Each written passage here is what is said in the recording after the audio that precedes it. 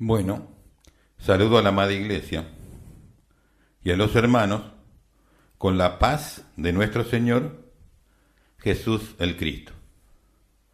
Hoy comenzamos una nueva exposición de uno de los temas más importantes y trascendentales para la Iglesia de Jesús el Cristo, para la Iglesia genuina. El Evangelio de la Prosperidad, así como la teología y la doctrina de esta, no corresponde al Evangelio santo y genuino de Dios. Hoy comenzamos, entonces, con esta serie que hemos titulado Manipulaciones, Abusos, Control Coercitivo y Silencio, en las iglesias que tienen como lema la teología de la prosperidad. El Evangelio de la Prosperidad, así como la teología y la doctrina de esta, no corresponde al Evangelio santo y genuino de Dios. El Evangelio de la Prosperidad fue fundado y establecido por ocultistas, por miembros de sociedades secretas y de sociedades discretas que adoran a Lucifer, Satanás, el demonio. Los representantes más famosos de las megas iglesias de los últimos 50 años tienen pacto con Satanás, y los más de 30.000 apóstoles, profetas y pastores de ese movimiento están sirviendo de manera consciente o inconsciente al reino y a los planes de Lucifer. La teología de la prosperidad fue fundada sobre tergiversaciones de la palabra de Dios, sobre manipulaciones de los textos bíblicos, sobre engaños de milagros y de sanidades, sobre tácticas de manipulación y con la utilización de tecnología y marketing emocional. Es lo más maquiavélico jamás montado por Satanás. Es un sistema piramidal, es el más exitoso de las últimas décadas, pero también es la estafa financiera más grande jamás realizada por un movimiento religioso. Se extraen y se desvían a cuentas personales y a paraísos fiscales más de 1.800 millones de dólares. Interesante, ¿no? Ese es el movimiento evangélico de la prosperidad, la teología de la prosperidad, y tiene sus características muy distinguibles. Hoy comenzamos con una exposición sumamente importante. Observaremos la teología de la prosperidad y consideraremos sus efectos reales en las personas que fueron parte esencial de ese movimiento en Hispanoamérica, testimonios impactantes, confesiones, tanto de los que están aquí en esta vida, como la de aquellos que ya trascendieron. Es una teología que usa el nombre de Jesús y la palabra de Dios para vincularse con el Evangelio, pero la esencia espiritual de esos grupos es totalmente demoníaca. Sus principales referentes mundiales fueron toda su vida ocultistas de alto rango, directamente vinculados con la élite de la masonería judía y la masonería secular, respectivamente. Y en segundo orden, con cualquier miembro de sociedades secretas y grupos satánicos. Todo está sumamente protegido de la prensa y los medios de comunicación masivos. Todo se censura rápidamente, se inicia acciones legales para silenciar e inhibir cualquier difusión de los miembros o ex miembros de esas iglesias, de ex apóstoles, pastores o pastoras, o personas empleadas en tesorería, contabilidad o comisión directiva que exponga la verdad. En las reuniones o campañas se utilizan todo tipo de manipulación psicológica y espiritual. Podemos señalar la psicología de masas, tecnología muy sofisticada para crear ambientes artificiales adecuados en la actividad de recaudación financiera. Manipulación psicológica sofisticada. Técnicas avanzadas de marketing emocional, seminarios que enseñan psicología de la congregación, técnicas de control y coerción sobre la congregación, técnicas para mantener la autoridad pastoral y apostólica. Nunca permitan que los miembros cuestionen sus decisiones. Nunca permiten que los miembros cuestionen sus decisiones. Si alguien pregunta demasiado, apártenlo discretamente antes de que infeste a otros. Manuales con estrategias de persuasión.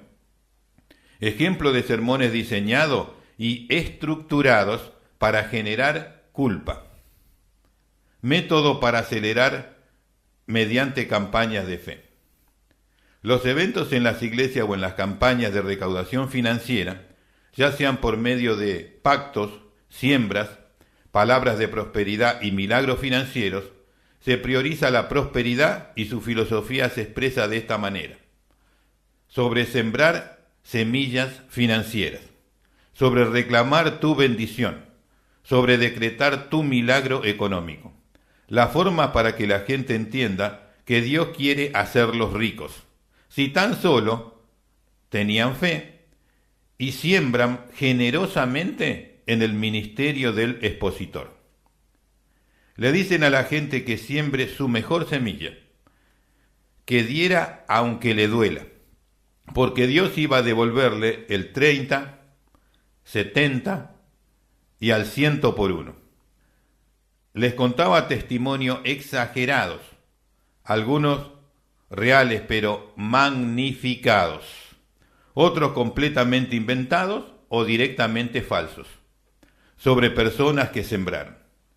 Estas iglesias regularmente pertenecen a una red de iglesias independientes asociadas, o tienen nombres diferentes según las regiones, pero la razón de su existencia es la misma. Las iglesias deben pagar una cuota mínima para ese grupo, para asesoría legal y otros asuntos. Si no pueden pagar 3 meses de cuota, ese grupo, red de iglesias independientes asociadas, pone otro pastor en esa iglesia. Así es el asunto. Pagas y si no te cambian. Esta red está para el manejo de temas problemáticos. Se protege primordialmente a los líderes.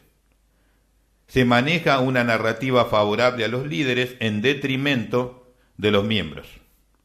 Toda mentira, engaño, armado de causa, etc., es realizado como algo correcto. Si un pastor o apóstol es acosador sexual, depredador, se lo cambia de región y se crea una narrativa que salve a los líderes en detrimento de las víctimas. Si un contador encuentra maniobras perjudiciales a la iglesia, es decir, a la congregación, se hace todo lo posible para salvar al apóstol o al pastor o al profeta en detrimento de toda la congregación. Se crea una narrativa apropiada para el caso. Sobre la educación teológica para los futuros ministros de la élite. Y este es el testimonio de alguien que se educó allí, en la élite teológica, para la doctrina de la prosperidad. Fui a un instituto bíblico de élite. Estudié comunicación masiva, psicología de grupos, técnicas de persuasión y estrategias de recaudación de fondos, dinero. Nos enseñaron cómo estructurar sermones para maximizar las ofrendas. La clave es crear una tensión emocional que solo se resuelve con la acción de dar. Presentas el problema, luego lo amplificas con testimonios impactantes y finalmente ofreces una solución que siempre debe incluir un componente de generosidad financiera hacia el ministerio. Una tarde encontré una carpeta de entrenamientos internos y decía, confidencial. La curiosidad me ganó e ingresé. Había docenas de archivos, videos, documentos, presentaciones. Nunca pensé ver eso. Se explicaba técnicas de persuasión psicológica, específicamente diseñadas para aumentar las donaciones. identifiqué a los miembros vulnerables. Decía, identifiquen a los miembros vulnerables. Personas en crisis financiera son, paradójicamente, sus mejores prospectos para donaciones grandes. ¿Por qué? Porque están desesperados por una solución y ustedes pueden ofrecerle esa esperanza. La clave es asociar su donación con su milagro. Sembrar en fe debe convertirse en su única opción lógica. Cuando están en el fondo del pozo, me quedé paralizado. Seguí mirando y encontré sermones estructurados para maximizar respuestas emocionales que llevan a ofrendas, guiones de testimonios preaprobados que parecían espontáneos. Categorizaban a los miembros. Vi también un texto perturbador titulado Teología del Pacto Financiero, marco de referencia. Cómo presentar el diezmo no como una práctica voluntaria de gratitud, sino como un pacto obligatorio, cuya violación traería consecuencias espirituales directas. Citaba versículos bíblicos sacados de contexto, mezclaba conceptos del Antiguo Testamento sobre maldiciones con promesas del Nuevo Testamento sobre bendiciones. Todo bien diseñado para estructurar la mente de los fieles, es decir, crearle un condicionamiento mental, también se dice lavado de cerebro. Todo bien diseñado para estructurar la mente de los fieles. Dar es obedecer, no dar es rebelarse contra Dios. Esto no era teología. Esto era manipulación disfrazada de doctrina. Reitero, esto no era teología. Esto era manipulación disfrazada de doctrina. Esto era usar el nombre de Dios para construir un sistema que beneficia principalmente a quienes lo administran. No eran momentos de fe, eran momentos de explotación sistemáticamente. Descubrí que hablaban de cómo crear urgencias artificiales en las campañas de donaciones. Los programas de ayuda sociales representaban menos del 5% de lo recaudado normalmente. Sobre una campaña de recaudación, en un mensaje decían: necesitamos enfatizar que la falta de diezmo abre puertas espirituales de pobreza y de enfermedad, una doctrina montada por ellos, una falsedad, un acto demoníaco. Escuche bien, necesitamos enfatizar que la falta de diezmo abre puertas a espíritu de pobreza y de enfermedad. Entonces la gente entra en terror, una mentira monstruosa. Usar testimonios impactantes y, si no hay, humildemente, crear alguno que conecten emocionalmente. La gente necesita entender la urgencia, o sea, que le mientan asquerosamente en la cara, creando testimonios falsos.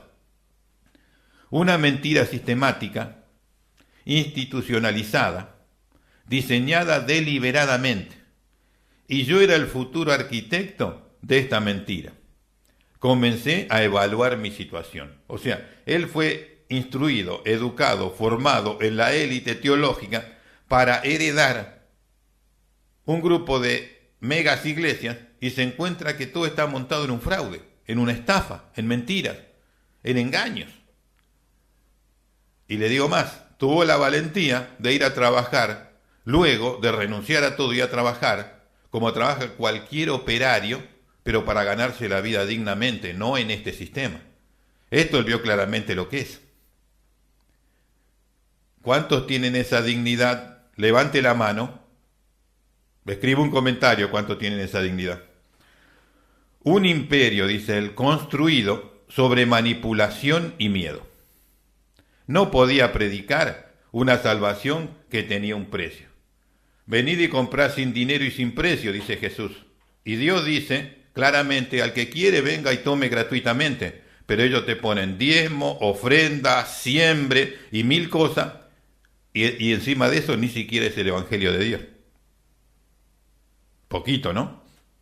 empecé a revisar los versículos que mi instructor mencionaba constantemente para justificar la teología del diezmo. Lo leí en contexto completo, todo el pasaje, no sacaba de ahí como un cirujano la partecita simplemente para decirle a la gente y crearle una estructura mental, un condicionamiento espiritual. Leí todo el texto, todo el pasaje completo. Quiero decirle que ella estudió todos los cursos de teología, nadie le podía decir que él estaba mal. No solo las frases aisladas que se predican desde el púlpito.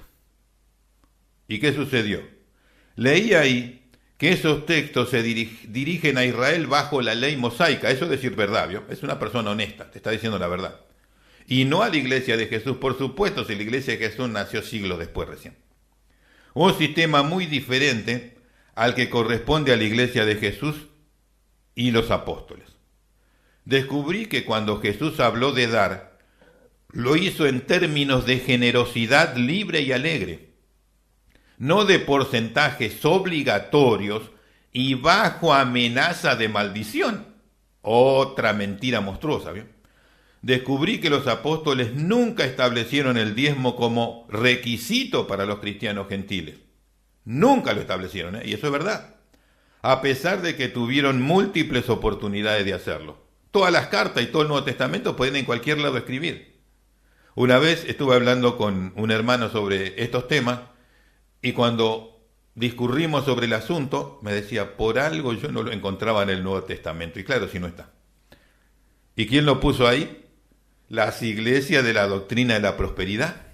Y después muchas iglesias que alguna vez fueron fieles, ahí nomás entraron, para demostrar la avaricia que tenían en el corazón. Porque fe y confianza en Dios no tenían, no tienen. Comencé, dice, a tener pesadillas recurrentes. Él estaba viendo que estaba en un grupo mafioso, no en una iglesia, un grupo mafioso. Tuve sueños donde observaba el resultado de esas acciones. Cuando se predicaba la doctrina y la teología de la prosperidad, los demonios encadenaban a los que estaban en la iglesia. Claro, lo encadenaban al sistema para saquearlo sin límites, sin fin, y llevárselo al infierno. Ese va a ser el triste resultado de lo que están en esta doctrina, que el infierno es lo que les espera. Instrucciones para ministros de iglesias locales que realizan estas actividades. El ministerio, la teología y la doctrina de la prosperidad. Técnicas de manipulación emocional usando textos bíblicos. Cómo identificar las necesidades de las personas. Cómo usar la Biblia para ofrecer soluciones. Cómo hacer el llamamiento para que la gente ofrende más. Cómo crear dependencia espiritual. Hacerles creer que solo serían bendecidos. Escuche esto, si están bajo nuestra cobertura espiritual. Esa es la mayor estafa que se ha montado en los últimos años. Cuando la Biblia habla, dice en el Salmo 91, el que habita al abrigo del Altísimo, no de un pastor ni de un apóstol, del Altísimo. Y Jesús dijo, bajo mi sala, dijo. No dijo bajo el sobaco de Pedro, de Pablo, de algún otro. Porque ningún hombre puede ser cobertura de nadie, eso es una estafa. En aquel momento no lo veía como manipulación ni control, dice el expositor de este tema, el denunciante.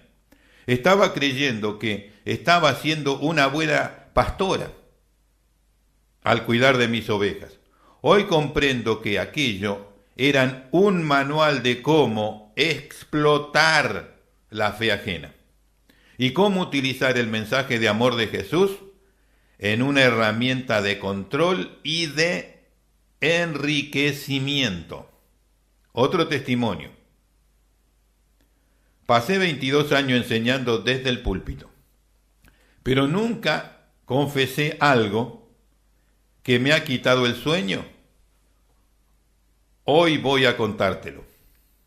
Durante todo ese tiempo usé 5 tácticas de miedo para asegurarme de que nadie se atreviera a dejar la iglesia. Y funcionaron muy bien. Táctica de miedo. Táctica esta táctica es más poderosa, la segunda, la doctrina de la cobertura. Si no vienes a la pastora o al pastor, estás en pecado. Si no, porque el Señor solo le puede revelar al pastor o la pastora. Tú no estás capacitado para que el Señor te revele ni te hable. Eso es la mentira más monstruosa que existe. Voy a mencionar las 5 tácticas. 1, táctica de miedo. 2, táctica de la doctrina de la cobertura espiritual. 3, táctica de aislamiento disfrazado de santidad. 4, táctica, la culpa perpetua. La culpa perpetua. 5, táctica, hacerles creer que sus sufrimientos eran voluntad de Dios. Me di cuenta de que yo era prisionera de mi propia doctrina, dice esta pastora. Preparando un sermón sobre el perdón, colapsé, porque quedé expuesto a mis actos y sus consecuencias. Yo, como ministro, dice, era una farisea, sin clemencia, ni misericordia, ni amor. Ese es el sistema. Y ahí Dios no está. Es sin clemencia, sin misericordia y sin amor. Entonces ese no es el evangelio, Dios no está ahí. Más clarito imposible. Comencé a enmendar mis actos dañinos. Leí libros sobre abuso espiritual. Describí que las 5 tácticas que yo había usado tienen nombre. 1, manipulación. 2, control coercitivo. 3, aislamiento social. 4, abuso espiritual. 5, victimización del vulnerable. No eran estrategias de Dios, son herramientas de abuso. Reitero, no eran estrategias de Dios, son herramientas de abuso. Decidí renunciar. No todos se quedan ahí, decidí renunciar.